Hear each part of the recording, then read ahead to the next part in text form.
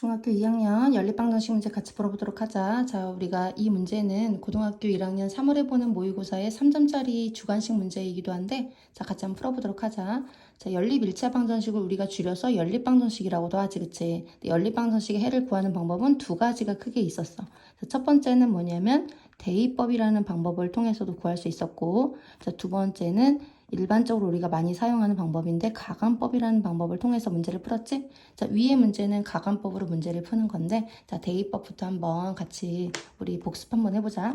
자, 대입법은 말 그대로 대입이잖아, 그치? 그래서 일반적으로는 아무렇게나 주어진 연립방정식보다는 한 문자에 관하여 정리가 된 식이 하나가 있다면 다른 식에다가 자, 이런 식으로 하나가 있는데 다른 식에다가 x는 또는 y는 대신에 대입을 해가지고 한 문자에 관한 식으로 만든 다음에 문제를 푸는 거란 말이야, 그치? 자, 근데 가감법은 어떻게 푸는 거냐면 두 개가 다 똑같이 자, 위에 있는 문제처럼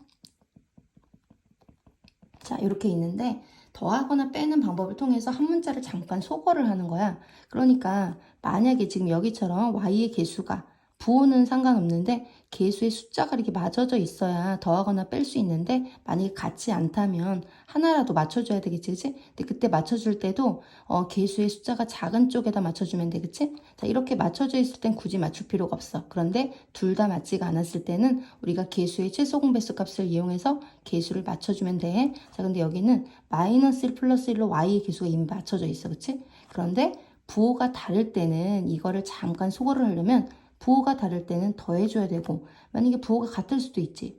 부호가 같을 때는 어떻게 해줘야 돼? 빼야지 그 항이 없어지겠지, 그치? 자, 이런 방법을 이용하는 거야. 자, 그럼 문제 풀어보도록 하자. 자, 더해주면 마이너스 y 플러스 y는 반대의 부호이기 때문에 없어지고 1x, 2x를 더하면 3x. 자, 우변도 더해줘야 되겠지, 그치? 15. 그러면 x는 3으로 나누니까 x는 5가 돼. 자, 그럼 두 식 중에 조금 더 간단해 보이는 식에다가 x 대신 5를 대입을 하고 y 값을 구하면 돼. 자, 그러면 5 마이너스 y는 4가 되니까 자, y는 얼마일까? 1이면 되겠지, 그지? 자, 따라서 x는 5, y는 1이라는 해가 나왔는데 자, 문제에서 그 해 A, B에 대해서 합의 값을 구하시오니까 답은 얼마가 되겠어? 6이 되겠지, 그지? 문제는 굉장히 쉬우니까 한번 복습상을 풀어보도록 하자.